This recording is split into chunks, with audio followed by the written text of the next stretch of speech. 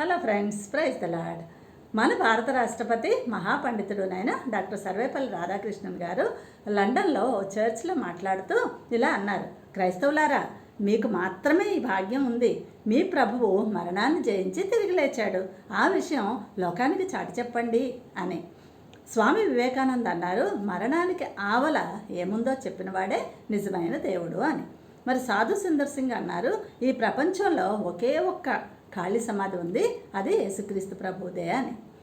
Frank Morrison అనే legal expert క్రీస్తు పట్ల ఉన్న విముఖతతో పునరుద్ధానం లేదని నిరూపించడానికి 30 ఏళ్ళు రీసెర్చ్ చేసి ఆయన కనుగొన్న సత్యం క్రీస్తు తిరిగి లేచాడని. దేవునికే మహిమ కలుగును గాక. ముండకోపనిషత్తులోని అసతోమ సద్గమయ, తమసోమ జ్యోతిర్గమయ, మృత్యోర్మ అమృతంగమయ, అసత్యంలో నుండి సత్యంలోనికి, చీకటిలో నుండి వెలుగులోనికి, మరణంలో నుండి జీవంలోనికి ఎవరు నన్ను నడిపించగలరు అని అలాంటి వాళ్ళు ఎవరైనా ఉన్నారా అంటే ఆయన యేసుక్రీస్తు ప్రభు మాత్రమే సుమండి. ఎందుకు అంటే ఆయన 100% దేవుడు, 100% పాపరహితుడు గనుక. సరే, పునరుద్ధానం అనేది క్రైస్తవ విశ్వాసమునకు మౌలికమైన పునాది వంటిది. నేటి బంగారు మాట 1 కొరింథీ పత్రిక 15:14. క్రీస్తు లేపబడి ఉండని ఎడల మేము చేయు ప్రకటన వ్యర్థమే, మీ విశ్వాసము వ్యర్థమే.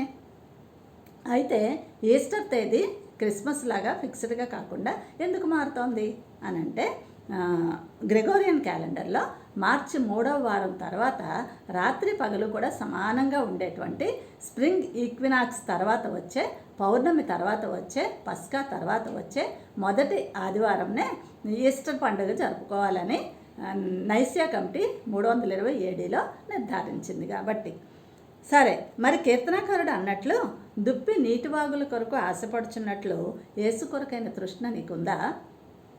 ఇంకా చీకటి ఉండగానే యేసుని చూడాలన్న మగ్ధలేని మరియ వంటి తపన నీకుందా? అయితే ప్రభు తప్పక నిన్ను దర్శిస్తారు. సరే, పునరుద్ధాన ఫలితాలు చూద్దాం రండి. మొట్టమొదటిది, యేసుక్రీస్తు మృతుల్లో నుండి ప్రథమ ఫలముగా లేచారు. భవిష్యత్తులో 1 దశలోనిక పత్రిక 4:16-17 వలె మనలను మహిమ దేహాలతో లేపుతారు.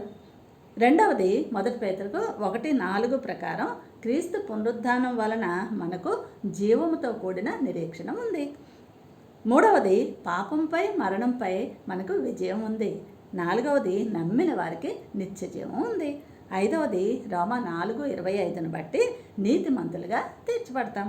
ఆరవది, అపొస్తల కార్యాలు 4:10 బట్టి మనకు స్వస్థత ఉంది. ఏడవది, 1 కొరింథీ పత్రిక 15:42-48లో మనం అక్షయమైన నిత్యమైన శరీరాలను సంతరించుకుంటాం. ఫ్రెండ్, అట్టి పునరుద్ధాన క్రీస్తు నీ హృదయ సింహాసనంపై ఆసీనుడై ఉన్నాడా?